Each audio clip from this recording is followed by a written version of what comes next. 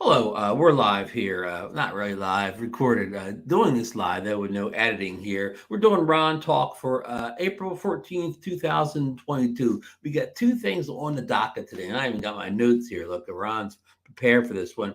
I talked about the new GoPro Hero 10 Black Bones camera yesterday, made specifically for the FPV crowd, which they can mount on their hand built FPV drones. They can even wire it into the drone's battery, whatever. And if you need more details, go back to yesterday's episode, 413, where we talked about in detail. But just a couple of notes I did not include yesterday in that about the new. I'm going to say the Bones camera, not say all the GoPro and Hero stuff. The Bones.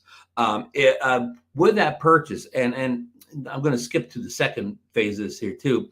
I talked about pricing yesterday, but actually the Bones is more expensive than the standard Hero 10, which is $349 with a crazy GoPro pricing. Where if you get the subscription to their a quick app or whatever, you get a discount or whatever, and which brings either a $549 or $499 price down to $349. But the Bones, even if you purchase that $50 subscription, you only get down to $399. So technically, the Bones is more money now, but that is what it is. But let me move on to what I forgot to talk about yesterday. If you do purchase, the Bones and the subscription, I'm not sure if I think you do need subscription for this, but I'm not 100% sure on that. But why would you purchase the Bones without the subscription? Because then it would be like $500 or whatever versus $400. But again, I can't figure out that what GoPro does with that pricing. I know people don't like it, and it is what it is. I have no real opinion one way or the other, a strong opinion. But okay, here's what I'm going to get to the meat of the article here. With the GoPro Bones, it includes the player app and Reelsteady desktop software for Windows and Mac OS. I think that's what they call it. Mac and Windows desktop software. And why this is important is Reelsteady. If you would purchase that separately, it would be $100 purchase. So you're getting it for just with the camera. So it's kind of $100 off value. So you can look at it now. The camera's only $299 with that purchase of the GoPro subscription plan. So that's some built-in value there. And everybody likes built-in value in their products. Now, I have no experience with Reelsteady software at all. What it is, it stabilizes your video. So it examines. Let me read what GoPro's quote here is, and not that I know what all this means, but they say, quote, this is on their website. By using the video metadata, GPMF, I don't know what that stands for, it delivers flawless results on virtually any shot.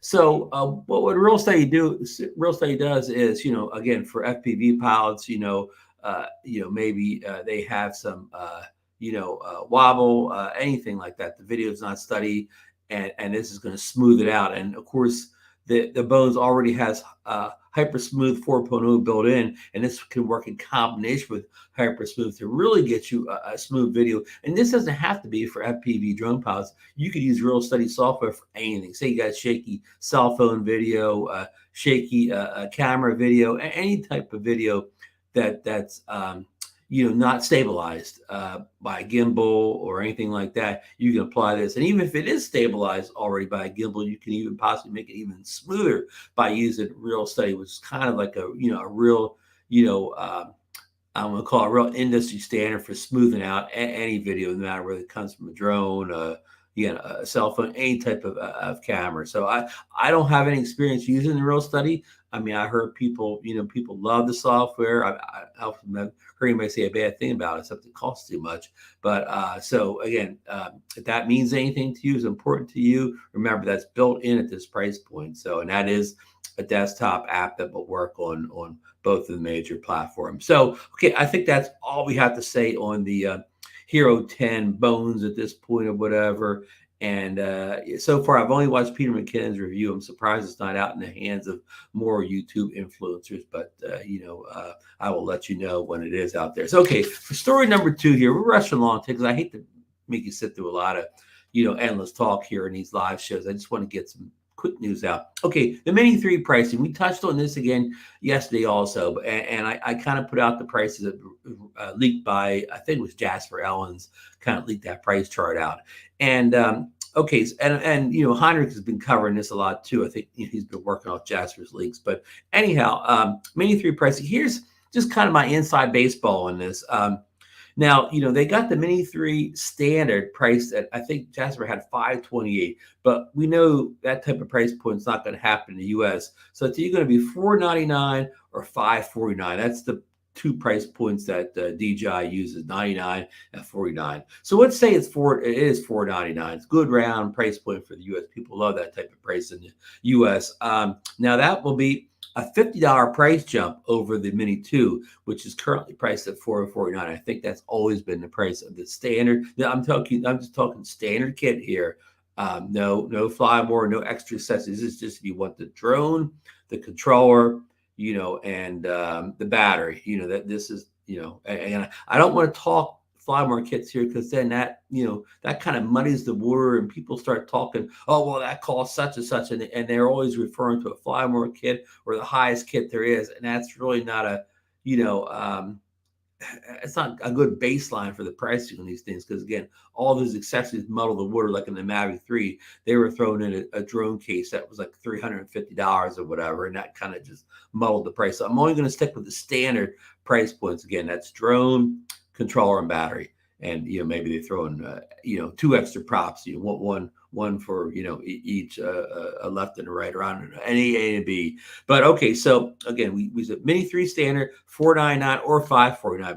But let's do $499 at this point. Mini 2 $449. But here's the big thing. Now, if you bought the Nano standard, the funny thing is I don't know one person owns the Nano standard. I mean, if you go on Amazon, it's hard to even find on there for sale. That's the one with the lesser of the 2 cameras on the Nano, but it's $799. So that could be a $300 price jump over the standard Mini 3. So that's a heck of a big price jump. Now I realize that we don't know about the Mini 3. We have leaks about its camera specs, but of course we don't know anything about its performance. I don't know a whole lot about the Nano standard performance too, because again, there's not many videos out there, or at least not many U.S. language videos on it. But heck, that would have to be a much a great jump in camera quality. The award $300 price jump. So that's just kind of caught my eye there. Now let's go with the Mini 3 Pro, which we surmise has a better camera than the Mini 3 standard. We have that priced at $699. Now I think Jasper has it at $688.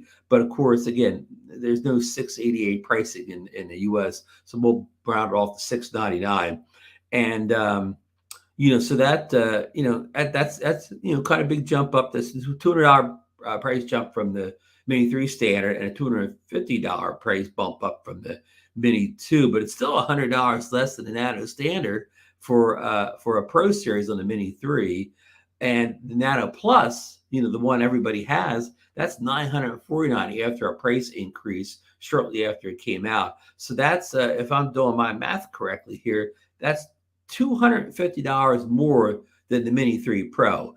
And according to the leaks, the Mini 3 has approximately the same size sensor and actually has a wider 1.7 aperture over, I believe it's 1.9 on the Nano Plus, or was it 1.8? But anyhow, a wider aperture, slightly wider aperture. So again, leaked. That's just a rumor mill.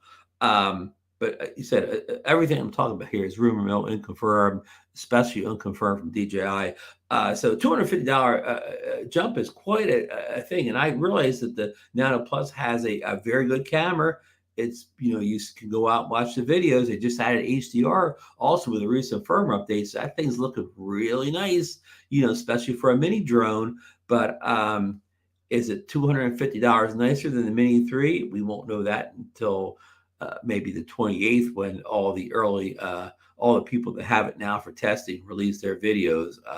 People like Aldrin, Billy Kyle, someone like that. And I don't know if any of these people have the drones or not. I'm just using names of people that put the Mavic 3 videos out right away. So don't go saying you out of these people, whatever. I don't know if they have, don't have it. I wouldn't even ask them right now because I don't want to get them in any type of trouble if they have it or they don't have it. But anyhow, so that's quite a price bump up, for again the Pro versus the Pro. So again, the proof's all in the pudding. I mean, if this comes out and the nano cameras are much superior to the Mini threes, maybe it's worth it. But if you're trying to get kind of a budget system, looks like the Mini threes, if this price point is corrected, are going to be more budget friendly. And I know some people say, "Well, I want the best camera. I don't care what the price is." I understand that.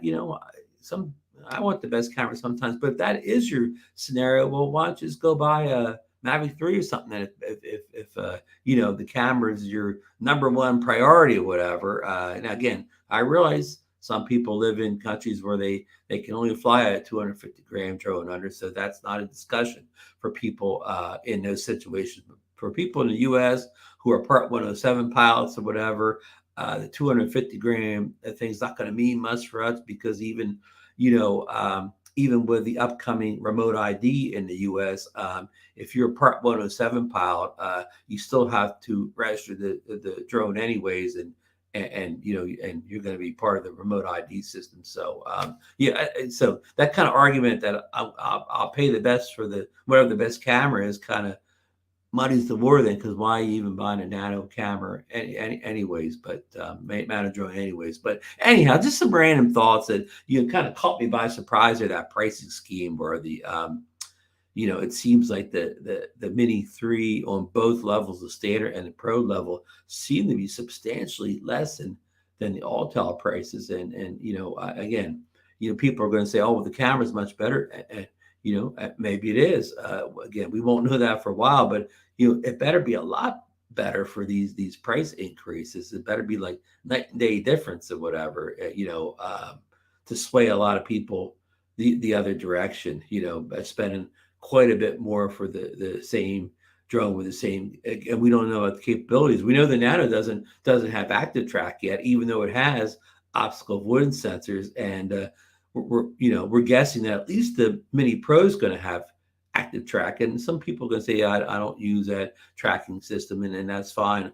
But I know that DJI sells a lot of drones based on that active track feature. I don't know, the numbers or whatever, but having that's going to mean extra sales, no doubt, and if that's not important, why does the Nano, why did the Autel drones even promise they're going to have active tracking down the road? And the Nano may have active tracking. The Lake got it, but I saw some videos where it's not working that well. But the Nano does not have it at this point, which is kind of the only thing that matters right now. What's available today, not what's promised, at an unknown date in the future. But anyhow, just my random thoughts on some of the pricing observations I made, and we're going to follow this pricing and spec thing all the way down to the supposed launch date on the 28th. So okay, folks, thanks for dropping in for another episode of Ron Talk. And I don't do these every day. I just do these on days when it's actually something to talk about. If I got nothing to talk about,